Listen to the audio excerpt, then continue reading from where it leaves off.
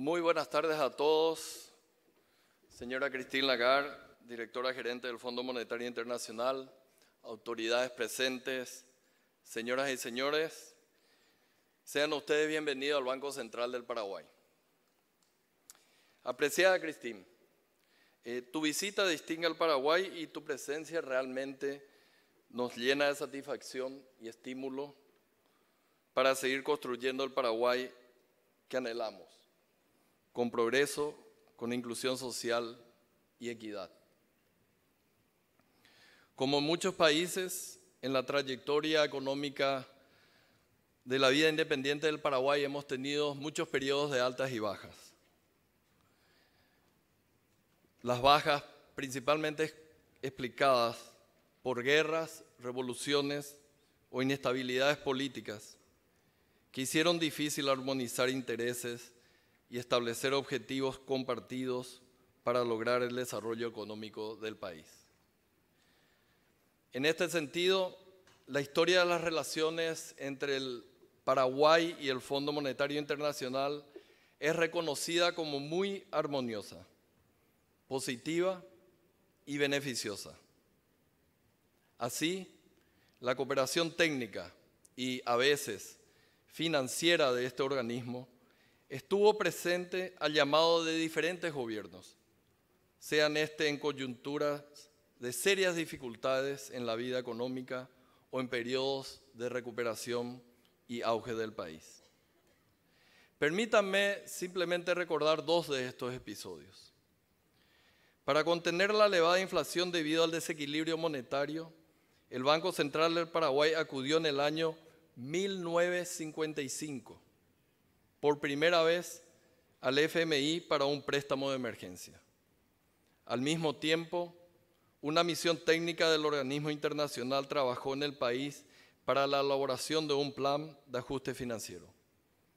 El plan de estabilización de 1956 posibilitó la normalización monetaria y fiscal y sentó las bases fundamentales para el crecimiento durante las 2 décadas siguientes. En esa lejana década de los 50, el PIB era solo de 159 millones de dólares, la población de 1,7 millones de habitantes y el producto per cápita solo 93 dólares. Más recientemente, en el año 2003, la economía arrastraba casi 5 años de desequilibrio fiscal y recesión que afectaban crecientemente los niveles de pobreza y desempleo. Ese mismo año el gobierno firmó un acuerdo stand-by precautorio para garantizar la estabilidad y restaurar la confianza interna y de los mercados internacionales. El programa con el fondo permitió el restablecimiento de la racionalidad macroeconómica mediante la solidez monetaria, el equilibrio fiscal y la recomposición bancaria. Las medidas adoptadas restablecieron la confianza empresarial y encendieron nuevamente los motores de crecimiento económico. La estabilidad macroeconómica alcanzada permitió al país aprovechar mejor el auge de las materias primas y, más recientemente, superar los diferentes shocks externos que afectaron a nuestro país. Hoy, a 62 años de aquel primer plan de estabilización con la cooperación del FMI, el país se ha transformado y avanzado económicamente. El Producto Interno Bruto es 148 veces de aquel entonces. El per cápita, 46 veces mayor. La pobreza extrema se redujo a solo el 5,7%. Si hacemos esa misma comparación con respecto a la última vez que vino un director gerente del Fondo Monetario, las conclusiones van a ser las mismas. Tenemos un Paraguay diferente. Tenemos un Paraguay nuevo y que muchas veces genera sana envidia en el exterior. Pero hoy tenemos aún muchos desafíos pendientes. Reducir la pobreza, atacar la desigualdad, sea esta económica o de género, implementar tecnología para elevar nuestros niveles de productividad, reformar y fortalecer muchas instituciones de la República para disminuir la corrupción que aún nos afecta. Son muchos los desafíos, los problemas que tenemos que enfrentar para tener una sociedad más justa, equitativa, con mucho menos pobreza, pero con más oportunidades para todos. Pero a ello hay que conseguirlo sin perder los logros que hemos conquistado. Pero a pesar de todos estos desafíos que tenemos, que nos quedan, no podemos caer en un pesimismo exagerado, porque este nos puede llegar a la desesperación, y la desesperación te lleva a la implementación de políticas que prometen mucho y terminan en grandes fracasos. Ya le pasó a muchos países de la región. Pero para enfrentar todos los problemas y desafíos, quisiera recordar a nuestro gran escritor Augusto Roa Bastos, que nos decía que hay que poner plazos largos a las dificultades. Encaremos entonces los desafíos que nos quedan con esta filosofía. Y me pregunta si soy optimista sobre el futuro de Paraguay. Yo les digo, claro que soy optimista. Y soy optimista, ¿por qué? Porque tenemos en el país a dos tesoros que muchas veces no apreciamos y que no tienen todos los países. Tenemos en primer lugar a una juventud vibrante, aquella que es capaz de llamar por reivindicaciones educacionales, por reivindicaciones sociales, con mucho éxito, como han ocurrido con los estudiantes universitarios y también con los estudiantes de secundaria. Con toda esa fuerza que representa el 70% de la población con edad menor a los 35 años, ¿cómo no voy a estar optimista? ¿Cómo no voy a esperar de que exista un futuro brillante en Paraguay?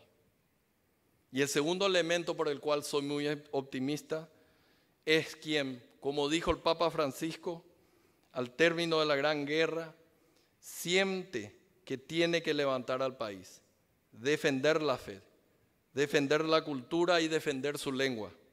Y lo logró. Es la mujer paraguaya, la mujer más gloriosa de América, como lo dijo su santidad. Si ellas fueron capaces de levantar el país de las cenizas, ¿cómo podemos dudar que nos espera un futuro brillante para nuestro país?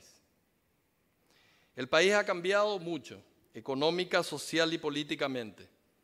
Estamos en mejores condiciones que anteriormente y esperemos seguir contando con la colaboración del Fondo Monetario Internacional, que siempre ha tenido un rol importante en la implementación de las políticas en Paraguay.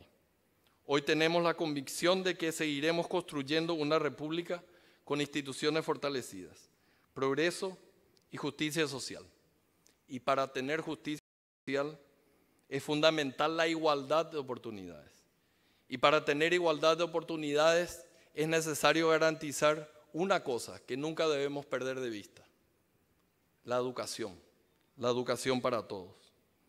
Al respecto, les dejo con el magistral pensamiento de quien fuera nuestro primer presidente constitucional, don Carlos Antonio López.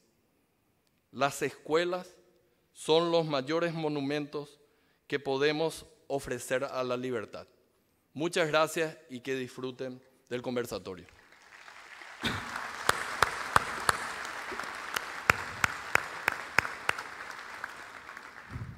Muy buenas noches a todos. Bonsoir, Madame Baesha Pa. Welcome to Paraguay, the heart of South America. It's an honor to have you in our country, a country of opportunities, a country characterized by the heart of our people and the tenacity of our people. And speaking of opportunities, it's really amazing to be able to share this platform with one of the most influential leaders of the world. Por favor, con un fuerte aplauso, démosle la bienvenida a la Madame Christine Lagarde.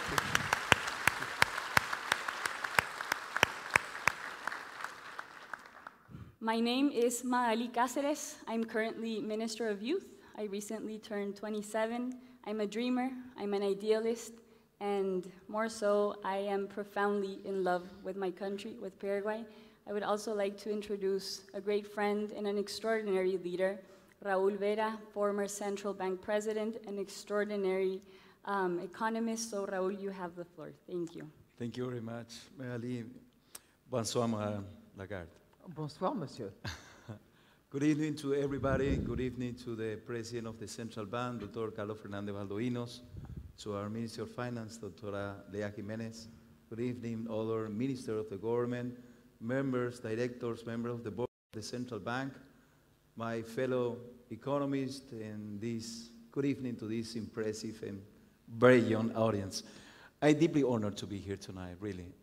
I'm deeply honored to share this stage, not only with a very prestigious global economic leader like yourself, Madame Lagarde, but also with a very good friend, Magali Pereira. I think that I'm really anxious to learn from your experience, and I'm sure that the whole audience share this feeling. And I think that we can get a lot of insights from your experience at the helm of the International Monetary Fund. Thank you very much being in Paraguay. Great pleasure being here. Madame, you are the first woman that has been Minister of Finance of a G8 country, the first woman to lead the International Monetary Fund. You are brave and courageous and a pioneer. Could you tell us more about this journey? What lessons have you learned in the process of becoming a global economic leader? Oh. Well, first of all, muchas gracias por hablar inglés, porque mi español es muy feble. So, thank you very much for that. And I hope you have a mechanism for those of you who do not speak English, so that you can hear the translator. You do? Okay. Because I did not. So I was really trying to understand what Carlo was saying, and I understood most of it. And I can assure you that tenemos un Fondo Monetario Internacional muy diferente aquí.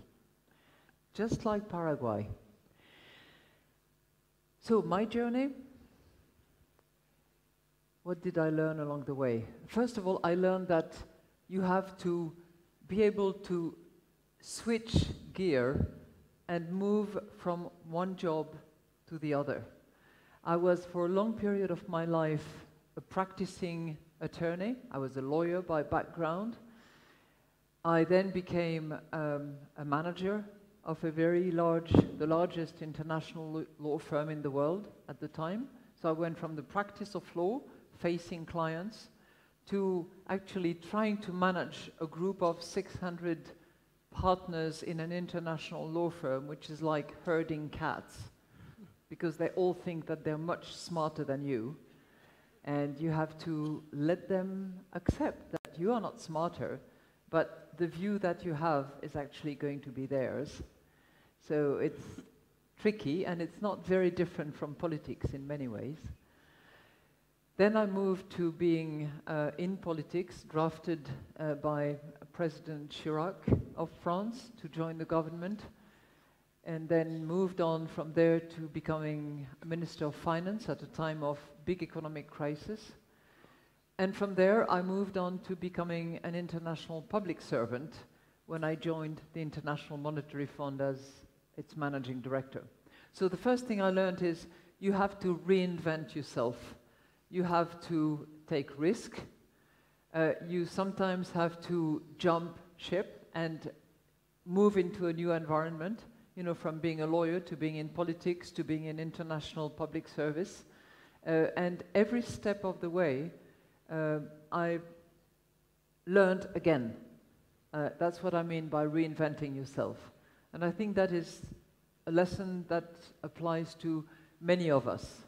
And it will apply to even many more of us as the future of work and the economies are leading to massive changes. And where we certainly cannot stay in the same job, in the same sector, in the same positions for life. This is certainly no longer the case. The ability to adjust, the ability to change, the determination to take risks, and move forward is what I have learned. I've also learned how to fail.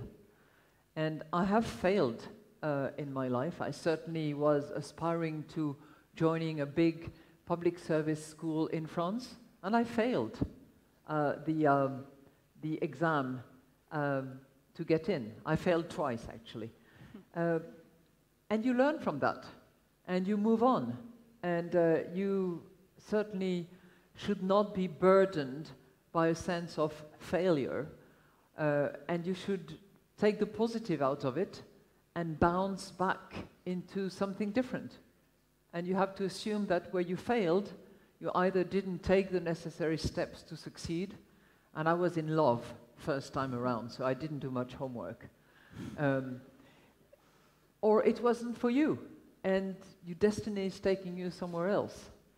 I would say third point is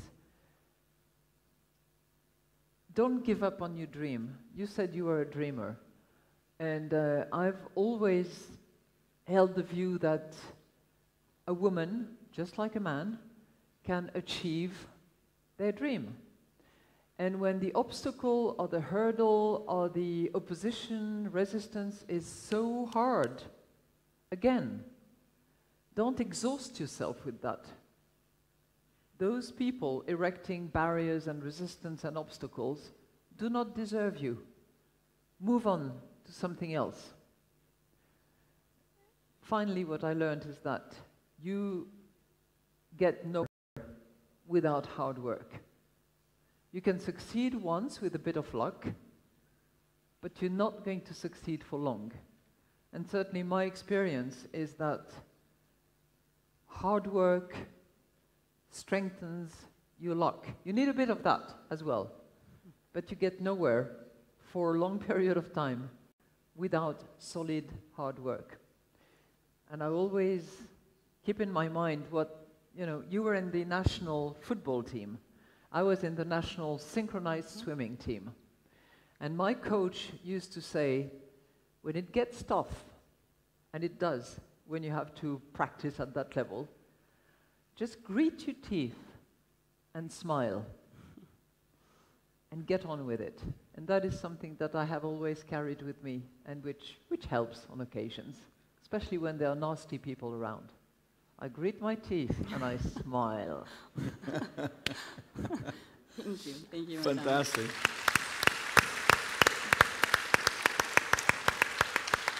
Really fantastic. Thank you very much, Madame Lagarde. Your words were just very inspiring at the very beginning, so it's very challenging to follow up with another question. So let me try. During the last 10 years, Paraguay has been achieving a GDP growth above the average of the region. Yeah. Yet, the local consensus suggests that our GDP growth should be higher, at least up to 6% for a number of years, to catch up with the average economic and social development rates in the region. Besides, last October, the IMF's Western Hemisphere Department noted that the region's economy continued its gradual recovery, but long-term growth remains weak. In your opinion, what would be the appropriate sequence of policy reforms to obtain greater competitiveness that allow us to achieve the above-mentioned growth rate? Without beating our chest, which we with our Catholic upbringing tend to do very often, I think we need to celebrate the fact that the growth in Paraguay, including at times when the situation in the world was difficult, and the situation of your big neighbors, Brazil and Argentina, was difficult, Paraguay managed to generate a very solid growth. You average at about 3.7 for the last 5 years or so. The last 5 years was 6%, but in the last 10 years it was around 4%. We'll have to check our numbers. But I agree with you that it has been really good compared with others. And based on our analysis, it is actually beyond potential as we see it. which does not mean that that potential growth or that current strong performance is sufficient to deliver the convergence that you referred to. So the real question is, what steps are needed to improve the growth potential so that that strong growth that exists today is even stronger in order to reach convergence and in order to reduce inequalities? I would take the two objectives in parallel. And I would say, first of all, maintain a sound macroeconomic set of policies. Monetary policy, fiscal policy, and the structural reforms that come with it. And I'll come to the structural reforms now. Because you want to have stability, predictability, you want to have the fiscal buffers that are needed eventually if a crisis hits, so that in case of exogenous shock you can respond. And you want to have a monetary policy that also has the degree, the room to maneuver in order to respond also in case of difficulty. So I would say that that's condition number one. I would say that condition number two is improve the factors of productivity in society. And that touches on investing in infrastructure. You have plenty of energy in Paraguay, yet the distribution of energy throughout the country is not sufficiently well spread out. Transportation should be improved as well. So that I would just mention these two in the infrastructure segment in order to improve productivity. But then I would also suggest that investment in education and in health are two paramount sectors in which to invest in order to improve productivity going forward, so that the country can actually deliver the kind of growth rates that you have mentioned. But that's one avenue. I think the other avenue, which is critically important, is one that has already begun in the country, which is to reduce the inequality. We have now seen quite a lot of research, and the IMF has produced some of that research that indicate that excessive inequalities are not conducive to sustainable growth. So you want to have a growth that is inclusive, that spreads out to the rural areas, that includes women, that provides financing to entrepreneurs. And you want to be able to reduce those inequalities that can be a threat to growth. So those would be my suggestions. And in a way, the current situation is ideal to tackle those various buckets: infrastructure investment, soft skills, health and education improvement, focus on efficiency of public spending, because at the moment, the sun is shining. And by that I mean growth is solid here at home, but growth is pretty good out there as well. And we have currently the benefit of a global recovery that is spread out in that is generated actually by about 75% of countries in the world. So it's when the sun is shining that you want to fix the roof, as John Fitzgerald Kennedy said brilliantly many decades ago. I think it applies today, and it applies to Paraguay. Wonderful. Thank you. Thank you, Madame. You just mentioned...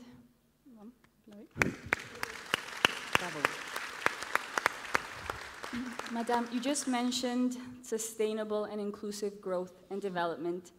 And also recently in Davos, in the World Economic Forum, you mentioned that governments should consider policies, tools, and best practices to avoid the dreams of young people from being deferred.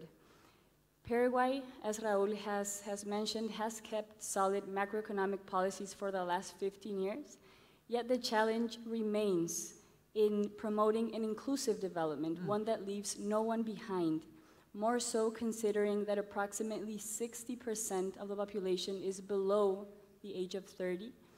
How can we balance the social and economic policies to take full advantage of the demographic dividend the country is experiencing in an inclusive and sustainable way?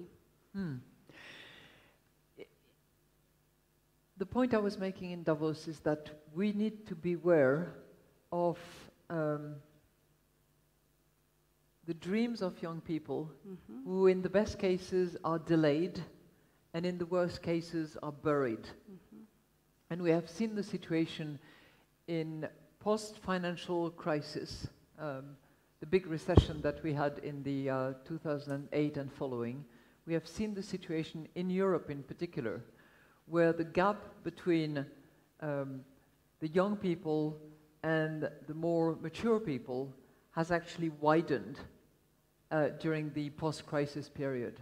So we wanted to alert policymakers about that, and we published a thorough study on this issue. The young people of Paraguay, based on the numbers that we have, tend to be better integrated in the job markets and in employment than many other young people in Latin America. So again, I always try to start with the positive rather than, start with the negative, put the blame on somebody and try to patronize and prescribe. So you start with a reasonably better picture than elsewhere. But the real question is, will there be the jobs for the young people who are coming to the markets?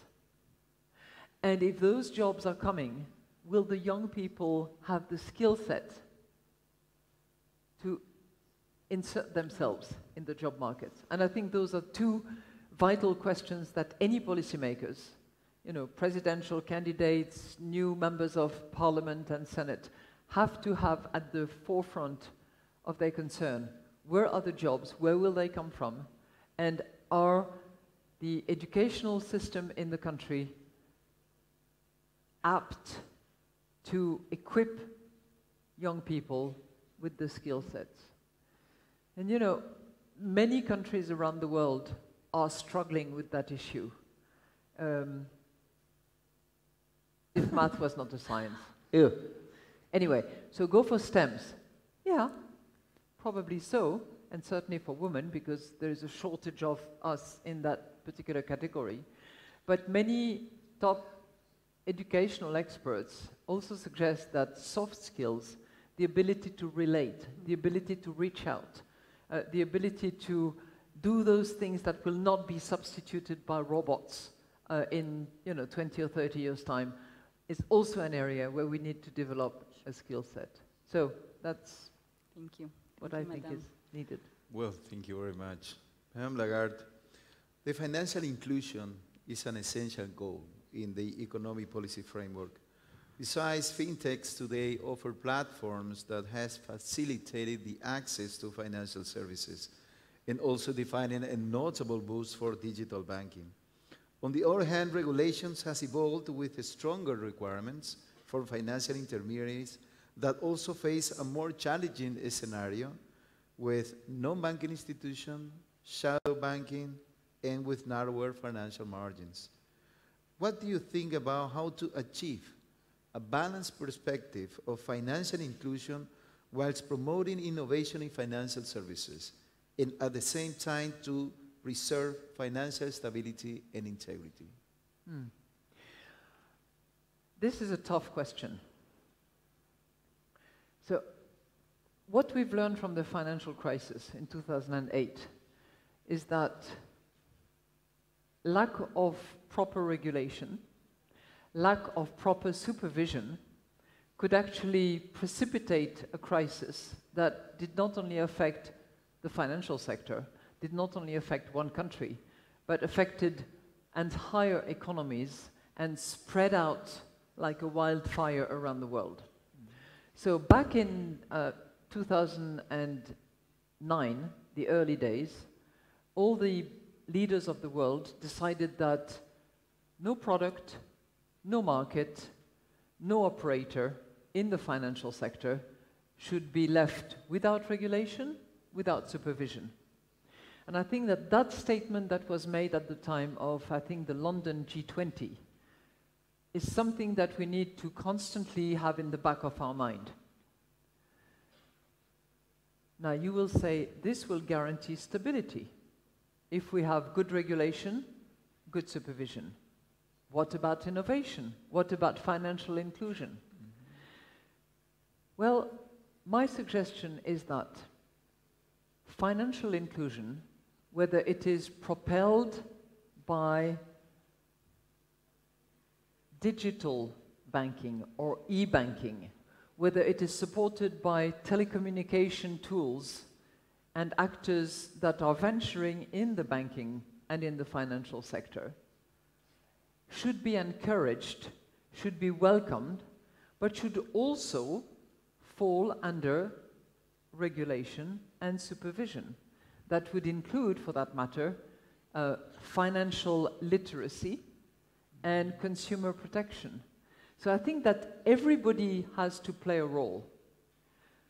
The supervisors, the regulators, and I really welcome that many members of parliament around the world, in the financial commissions in particular, are becoming much more sophisticated, much more attuned to the requirements of finance and to the jargon of finance people. The bankers, the financial sector players, who more often than not tend to be rather conservative and expect their business to be reasonably well supervised but also protected, that they have to open the windows and they have to welcome innovation themselves and participate in the process of financial inclusion, e-banking, new ways of reaching out to people, and being the conduit to the financing of the economy, and not a closed business that operates for itself. Mm-hmm. So that's where I think we can find this subtle equilibrium where inclusion, innovation, new technologies can be inserted into a financial world which is very much needed and which must continue to be properly regulated and supervised. It's been, as you know, because you're a former central banker and you're now in the banking sector, strengthening the financial sector, reaching out to common understanding of capital ratios, leverage ratios, and loss absorbency capacity. All of that has been very difficult, has taken years. Yeah, but right. I think that innovation and disruption will actually help, provided that we have the level of regulation, supervision, and consumer protection that is needed. Sorry, it was a bit technical for those who are not interested in finance, but it's a really important point that he made. Well, thank you very much. I have another question, and I promise this will be a very short one. Paraguay has an outward-oriented strategy.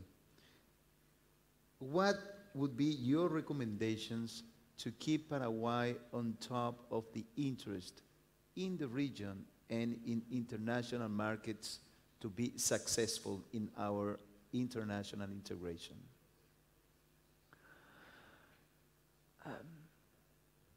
First of all, I think that what you have been doing, sound macroeconomic policies, predictability of the tax system, as much a business-friendly environment as is reasonable, within mind what we said earlier on, improve the productivity factors, reduce the inequality. I think that combination is a pretty solid passport to recognition on the international scene as a solid player and as a destination for investment. Now, economic integration, particularly when it's a regional integration, you cannot do it by yourself. You have to be playing with other players around. Mm-hmm. And I think it's clearly in the interest of Paraguay, but it's also in the interest of other countries to have the benefit of the fair benefit of some of your resources.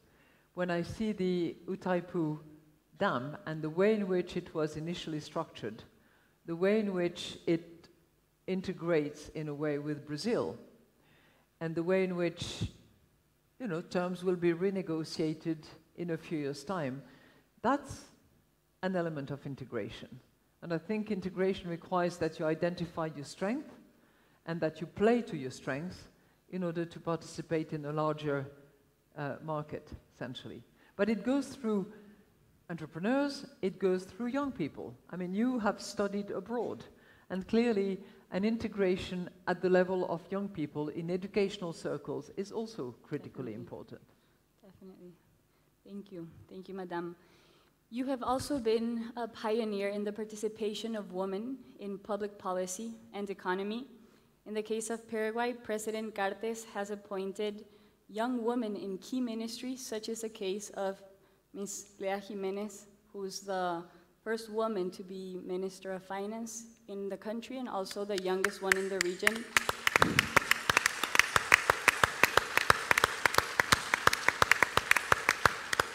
She's truly admirable, and so is the case of Ms. Soledad Núñez, with whom you visited today, the wonderful Barrio San Francisco. Yet we still have an important challenge in women's participation in leading roles, not only in the public sector, not only in government, but also in the private sector.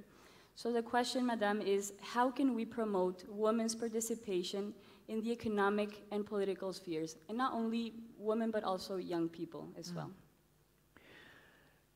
Well, first of all, people like you, like Lea, like Soledad, like all women engaged in public service are clear standard setters and inspirations for others. So I congratulate you for what you do and anybody who serves in those capacities, because it's hard and you make a big commitment. So role models, inspirations, people who are prepared to dedicate themselves to public policy and to public service is clearly important. Second, I would say, what is the legal framework? Are there in the legal system obstacles, discriminations, gaps? And if there are such things, which, by the way, happens in roughly 90% of all countries in the world. We have done that study together with the World Bank, and it's mind-boggling how much still today there are discriminations in the legal framework of countries.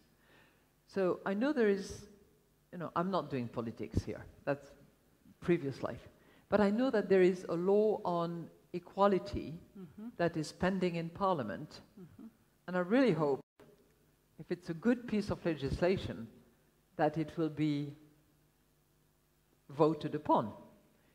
Because to have the legal basis on which to then grow, develop your skills, insert yourself in the job market, prove your competences is critically important.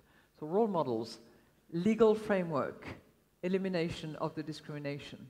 And then I would say forge alliances, because one single individual cannot demonstrate it on her own or on his own. It's all about forging teams, alliances, not only women with women, women with other men, and demonstrating that it's not just a moral imperative because we are all equal and different, but it's also an economic no-brainer. And we have demonstrated that all over with numbers, with empirical analysis, with research. The contribution of women to the economy is demonstrated increased growth, demonstrated reduced inequality, demonstrated diversification of the economy. Most policymakers around the world, if you ask them what they want, They want more growth, they want less inequality, and they want to diversify the economy. Well, the answer is right there. Bring on the women. They will do it.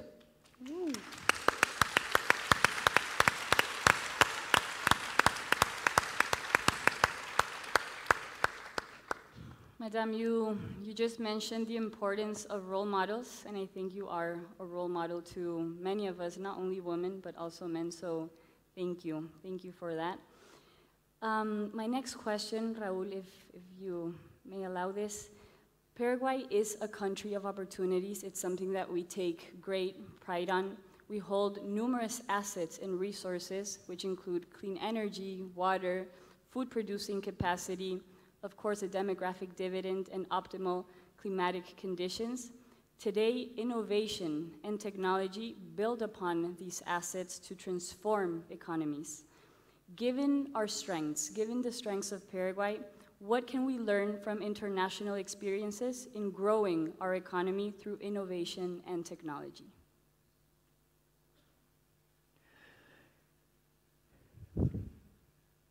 Well, first of all, I would say, last night, the governor of the central bank invited the IMF delegation to a little event. So we had a little drink, a little lovely food. But what was really amazing to me was the orchestra that played music. And that orchestra, Carlo, I don't know if you're still here somewhere. I hope you can help me with the name. I don't know what their name is. But each and every one of their instruments was made out of recycled components. One was using a big empty bottle made of plastic. Another one was using the top seat that you find when you go to the bathrooms. And they were literally showcasing the most beautiful music, playing classical, jazz, rock, just anything. And why am I saying that? Not to do any advertising for that orchestra, which was fantastic, but simply to say that innovation is a matter of attitude and can be actually applied to all fields, areas, sector of the economy, culture, and education. I know that, for instance, Paraguay has a huge penetration when it comes to mobile phones. But there's so many apps, so many things that can actually be done and developed out of those stupid cell phones. I say stupid because sometimes I wish I didn't have a cell phone, because we become totally addicted. But innovation is a state of mind. And the little that I have seen from many of those that I have met in the last couple of days indicate that innovation is something that young people carry with them and that they can develop in whichever field. You know, whether it's agro-business, it's not just plowing, harvesting, and all the rest of it. It's using new technologies. It's innovating while doing something which is very traditional and which has passed the test of time. You know, with that, obviously investing in education, supporting young talented people to go and study abroad and see how things are done elsewhere, encouraging, you know, entrepreneurship and providing the sort of compost on which people will prosper, encouraging academics and universities and schools to participate in the process, to really provide the mixture of teaching, innovating, encouraging the innovation and transform those little seeds into nice shoes that will become eventually products on the markets. There are lots of those things which, you know, you have read about, that I have seen in various countries, but I'm certain that Paraguay can actually do it. I can feel it. Excellent. Madame, did you play any of the instruments, any of the recycled I'm just instruments? hopeless. No, I couldn't. One of my dreams, you asked me what my dream was. Well, I've always had that dream that one day I'll be really able to play the piano beautifully. And, well, I hope my hands can still help me in a few years' time. But, you know, it's nice to have a dream. Yeah, definitely, lovely. Okay. Well, that question was very interesting because although it's very hard for me to play any instrument, the only thing my family begged me not to do is to sing. So I'd rather not do it. Thank you, Madame Lagarde. The International Monetary Fund has fostered its reputation as a reference institution for macroeconomic policymaking soundness. Besides, its opinion is also increasingly sought in the pursuit of sustainable economic development and good institutional framework, accompanying the initiative of the World Bank, of course. With that in mind, and with a new government assuming office next August, what would be your recommendations as principles to accomplish the following objectives? First, higher competitiveness. Second, role of the civil society in policy making. And third, inclusive and sustainable growth. Well, we've touched on a lot of those issues, but first of all, I would say that the International Monetary Fund is supporting the Sustainable Development Goals. So the little thing that I wear here is actually the symbol of the 17 principles of the Sustainable Development Goals. This one is actually in support of the women of Paraguay.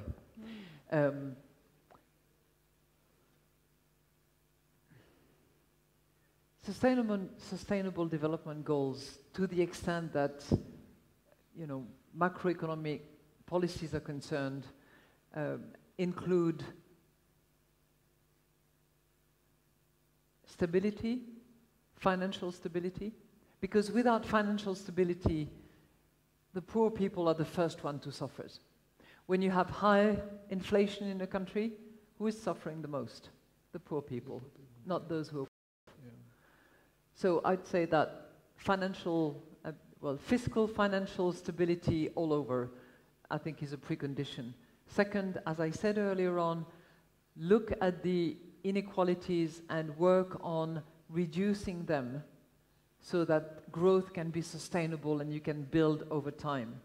Third, eliminate discrimination against women. Fourth, and I would like to commend what the president of Paraguay has supported and has pushed and what has happened. The law which in 2014 has required much more transparency and communication of information about public service officers, I think is a very good step in order to deal with one issue which is crippling economies sometimes, and that is corruption. I think that's another dimension of the Sustainable Development Goals, which has a macroeconomic dimension. We all know that corruption can erode confidence, but we also know that it absorbs an enormous amount of wealth and creation of value, which should be directed to the people, and which is eventually misdirected as a result of corruption. So those are the ideas that I would throw into this recipe proposal. You know, macroeconomic stable policy in order to have financial and fiscal stability, reducing inequalities, eradicating corruption, and focusing on the development of the young people and the inclusion of women in society. That would be my set of recommendations. Thank you. Thank you very much. Thank you, Madame. A question more on a personal note. I am a firm believer that the greatest capital, the greatest asset that Paraguay has, it's in the youth, in the youth that the country has. And this auditorium actually is filled with young people that are driven by their passions and their interests. You, Madame, you already mentioned this in the answer of your first question. You talked about failure. And we all know that dealing with challenges means that inevitably we will encounter failures, and that's okay. So just taking more of a different route, what has failure meant to you in your life, and how have you used it to leverage to become that of a success, if that makes sense, or just some final words of wisdom, especially for the young people in the audience? Well, first of all, I would say that there is nothing wrong with being old. Of course, So of course not. No discrimination whatsoever. Yeah, yeah.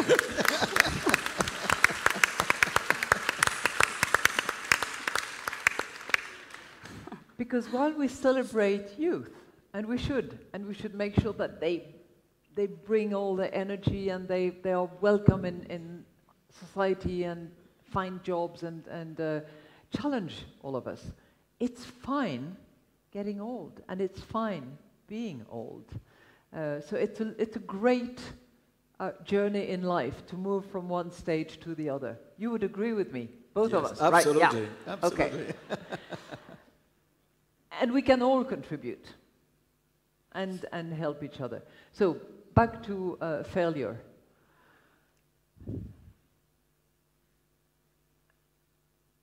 I think we have to take ownership of our failure when it happens.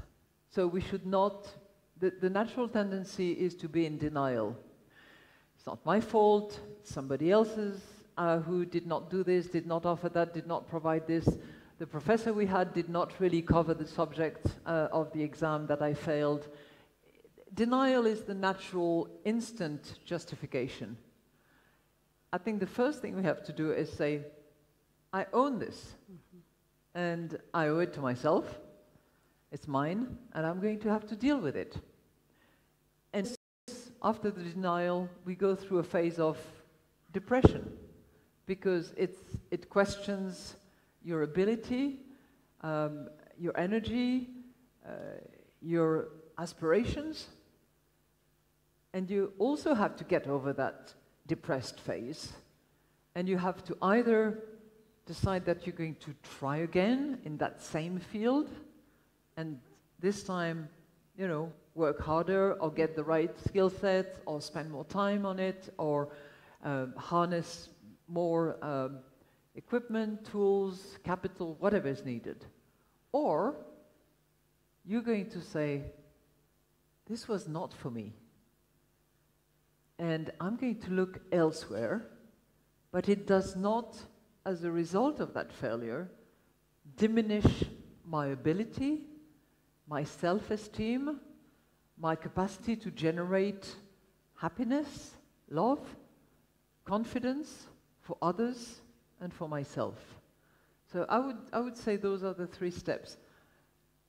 No denial, own it, go through the depression phase, and either refocus and being positive, or move on.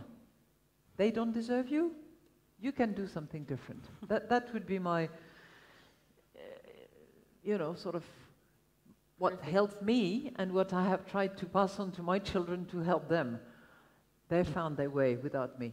Thank you. Thank you, Madame. Fantastic.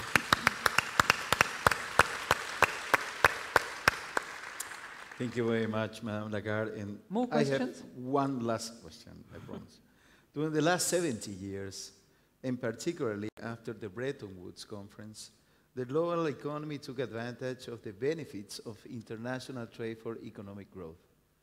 Although there is always room for improvement to legitimize even more the international trade framework, with better access for emerging economies to advance its markets. In this framework, trade integration policies has been vital to expand domestic markets, based on discussions with a multilateral setting where several countries and institutions participated.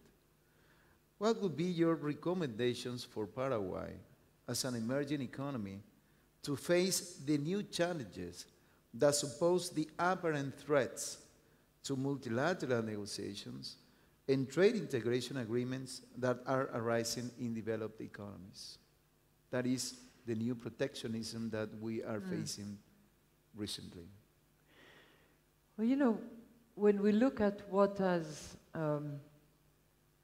generated growth in the past decades, when we look at what has reduced poverty around the world in the last decades, when we look at what has propelled innovation in the last decades, you generally have one answer, and that is trade. So if we want to turn our back to innovation, to eradicating poverty, to growing our economies, then we need to stop trading.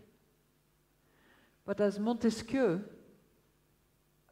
a French writer of a few centuries ago, used to say, wherever there is trade, là où il y a du commerce, there are good manners.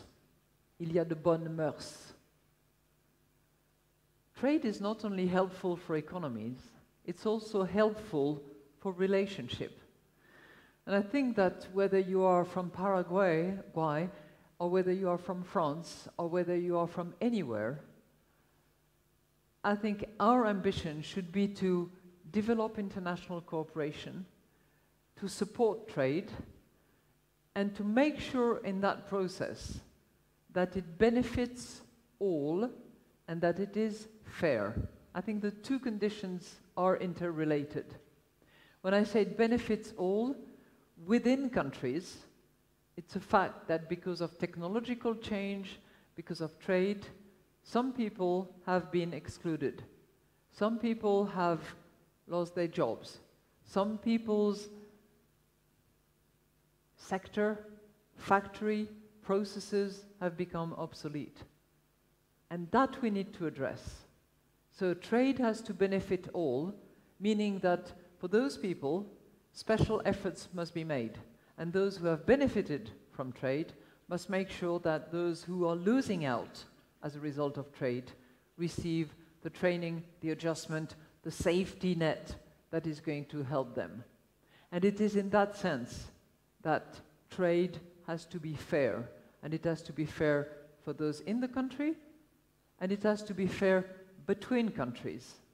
And no country should abuse a position by way of non-compliance with the rules that were accepted, for instance, in order to take an undue advantage of the others.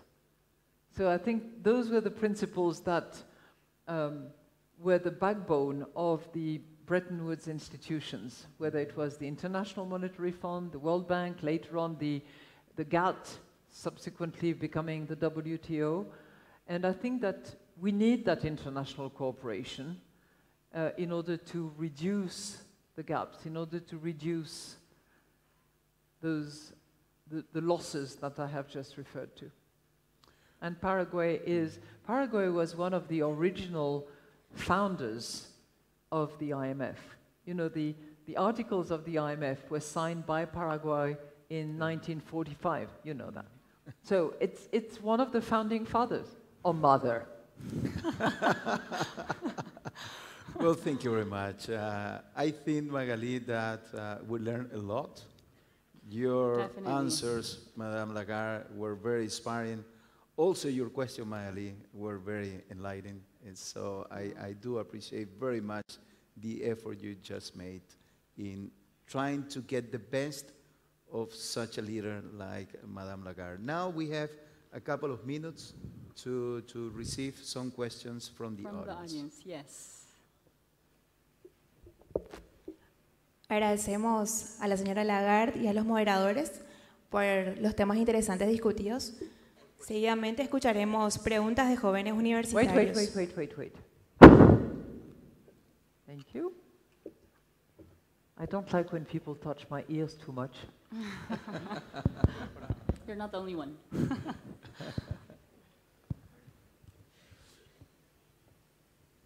So I'm fully equipped if there is a question in Spanish. Okay, good evening. I am Rocío Vera. I'm currently studying economics at the Universidad Católica. And my question is the following. We know that we are in a process of transition and a continuous change. In your opinion, what structural changes should the country prioritize given the current economic situation? If I had to have three choices, I would say efficient infrastructure projects, invest in education, invest in health. Those would be my three top priorities. I'm keeping it short on purpose so that somebody else can ask a question if you want to.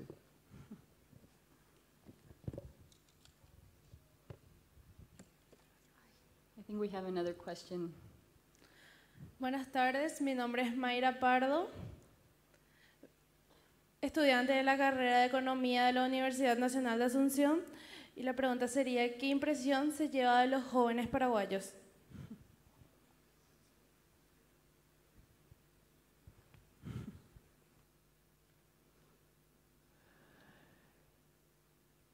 I have been extremely impressed by all the people I have met. And, you know, I don't pretend to have met the whole range of young people, but I had lunch today with a group of women, some of them being 24, 27, you 28, just to give you an example. And I have been most impressed by their confidence, their energy, their entrepreneurship, and you know, if many of you young people in the room are of that caliber, or 2 notches below, or 3 notches below, or above, I have huge confidence in the youth of this country. And I think you will make all of us, the old guys, very proud of what you develop.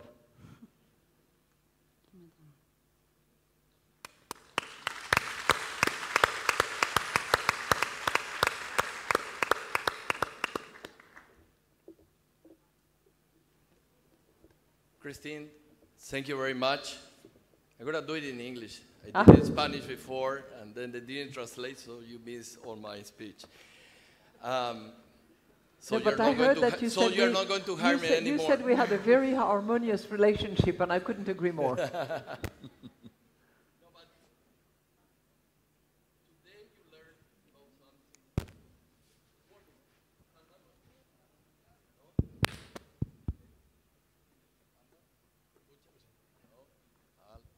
Okay, good. Well, today you learned something about one of the traditions in Paraguay. We share some tereré today. That is one of the traditions that usually unite us. It's something we share in a round with friends, with special people, and we keep drinking and passing the wampa. But there are many things that unite the Paraguayans. And one of the things that really is a symbol that really unite the 7 million Paraguayans that we are here and abroad.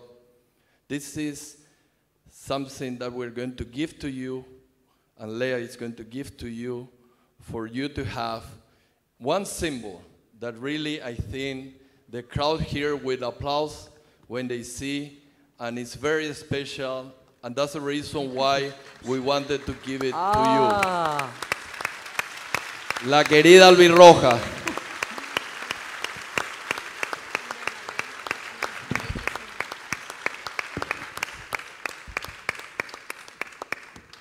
Muchas gracias. Do you want to explain Thank to her? you so much. Yeah. Well, this shirt is, of course, the shirt of the national team. We get extremely proud, extremely nationalistic when we see this shirt and when we see the team playing. But most important of all, this shirt says Cuña Ballet, which means courageous women. So Thank you are a so much. courageous woman. Thank you. Thank you. Thank you. Thank you very much. Thank you. Well, muchas gracias a todos. Espero que hayan disfrutado de esta conversación. Gracias Magali, gracias Raúl por haber liderado esto. Y bueno,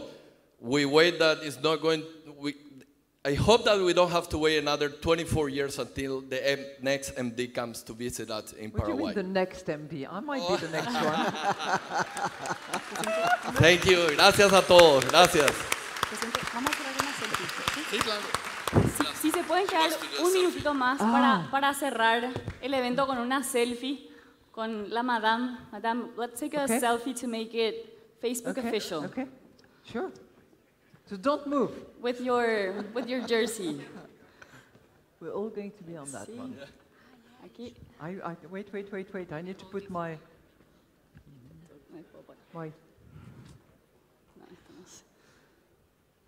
Wow. Should we move down a bit? Sorry, my arms are short. Thank you, madam. Muchas gracias a todos. Buenas noches.